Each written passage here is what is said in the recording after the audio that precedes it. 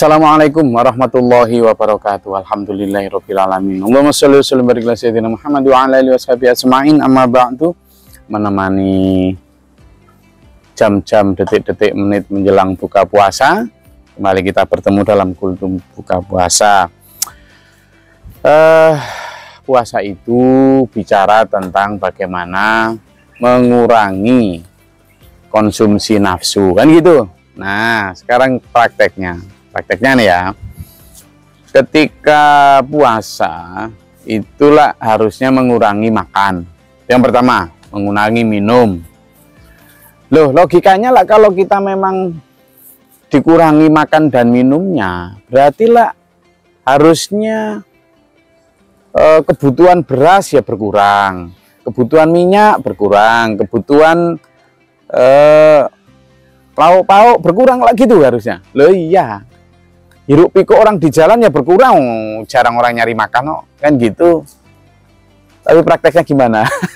Ayo sekarang dulur-dulur yang sedang menyiapkan buka puasa, sekarang gini, lah harusnya kita itu diajak puasa itu kan untuk menumbuhkan empati. Empati itu bagaimana merasakan apa yang dirasakan oleh orang lain, itu empati.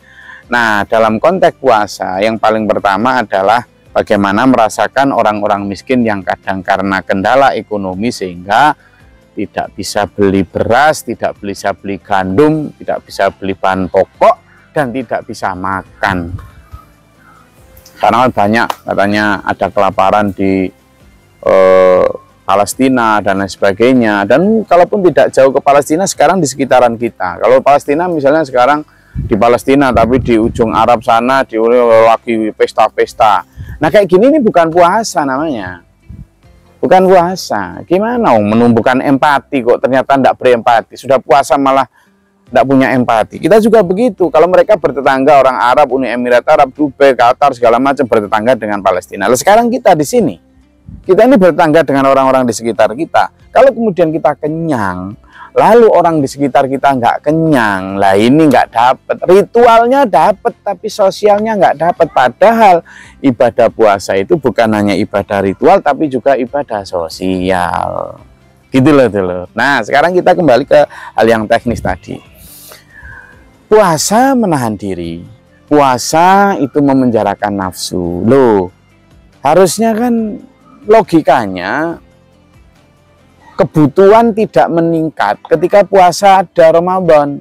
Enggak dong, ya malah berkurang. Orang mengurangi makan kok.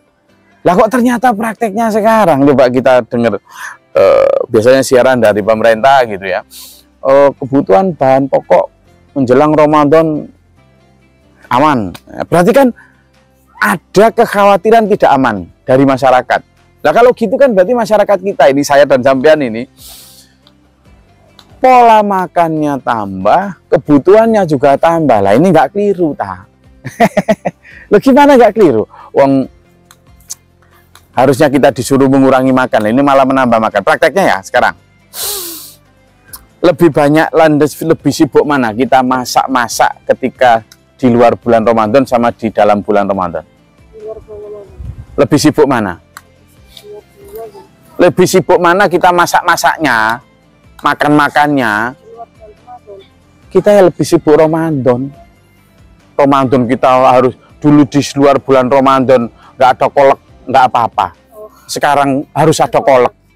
Dulu nggak ada takjil, nggak apa-apa. Sekarang harus ada makanan itu ini. Dulu nggak minum sirup juga nggak apa-apa. Sekarang harus. Lu gimana? Kenapa ini? Gitulah. Nah ini refleksi untuk diri kita. Gitu loh dulur. Jangan-jangan Ramadan ini hanya sebagai ajang dendam. Maksudnya gimana? Oh pagi nggak makan nggak apa ya kan, sampai siang. Begitu sudah mulai setengah 6, setengah 7 di depan meja itu makanan. Bentar lagi kamu ya. Begitu dung sikat. Sudah lupa sudah. Bahkan kadang berdoa pun lupa. Glok. Ini dulur. Ini yang kadang dulu saya masih kecil itu ingat betul pas puasa panas itu diiming-iming sama ada orang jualan es itu pakai gelas yang keluarnya ada bintik-bintik esnya itu, alah rasanya. Waktu itu sih saya memang tidak jadi mokel, tidak jadi moka, bukan karena takut sama Allah, tapi takut karena sama nanti dihukum sama ibu misalnya. Loh, ternyata kita itu sekarang malah membebaskan nafsu begitu buka puasa. Nah ini nggak gimana. Jadi sebenarnya itu hanya latihan sejak mulai terbit fajar sampai terbenamnya matahari. Bukan kok kemudian muntung aku puasa, tak tahan nafsuku. Terus nanti buka puasa nggak ditahan, nggak gitu. Marah-marah ketika siang nggak marah, tapi nanti setelah buka puasa marah, nggak gitu. Sama, sebulan penuh kita ini berpuasa menahan segalanya, nanti setelah bulan Ramadan selesai, ketika Syawal, tidak kuat terus kemudian kita lepas nafsu makan, lepas nafsu marah, lepas semuanya bebas, tidak gitu.